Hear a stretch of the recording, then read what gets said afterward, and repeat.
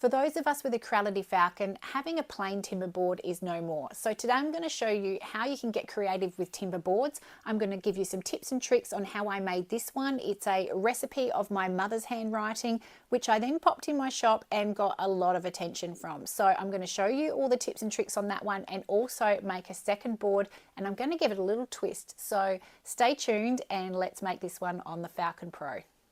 Choosing the right timber for the job is an integral part of your design.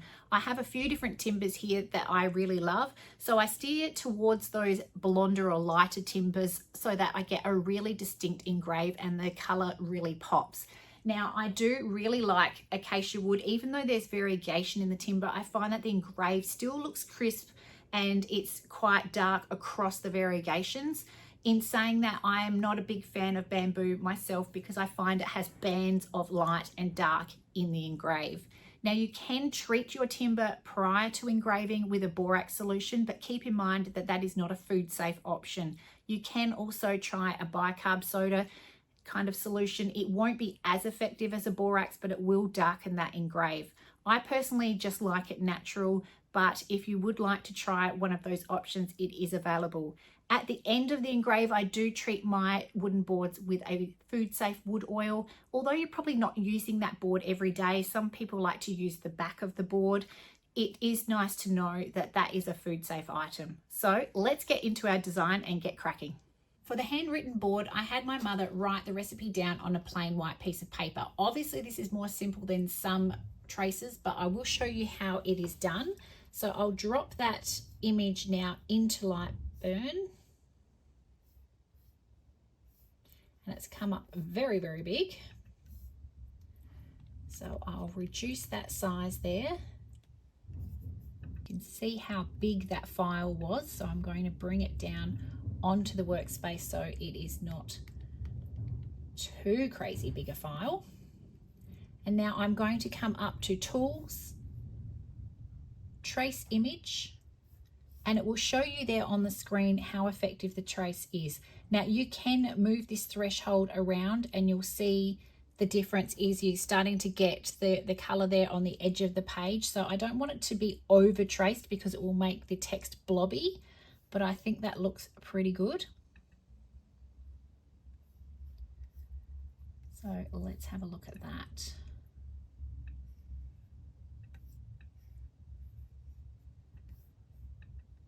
There we have our text, complete with the mistake that we had in the text. So I'm going to come and I'm going to cut that section out there. Now this is obviously oversimplified because I was able to have my mum write the recipe out on a plain white piece of paper. I did have one customer who gave me a handwritten card that was from their grandparent. Now over time, ink will seep into a card. So if you have to, you can pop that image then into a photo editor and really manipulate the image to get the handwriting as best you can. Now, if it is impossible to get a good clean trace off of an image that you have put into a photo editor and tried to manipulate as best you can, then I would suggest putting it on an iPad and with a pen or an Apple Pencil, actually trace the lettering, and that may be the best that you can in terms of authenticity of that lettering. If I was then doing this piece, I would just clean up this mistake in here, move that section there up, and then do my engrave. I've gone ahead now and I've designed a very simple design in Lightburn using two separate fonts and a couple of little images of hearts and stars. Now I have used two separate fonts that I have the commercial license for, keeping in mind that if you are going to be selling your item, that you should have the commercial font license for that font. Now I'm ready to go ahead and engrave that layer.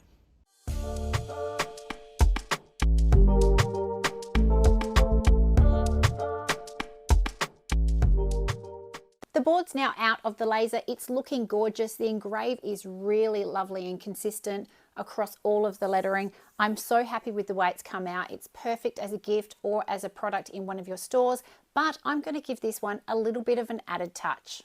To make this project something really special, I'm going to actually add some sprinkles in some resin. After I set the resin, I'm going to give the board a light oil using a food safe oil, and then I'll show you the finished product.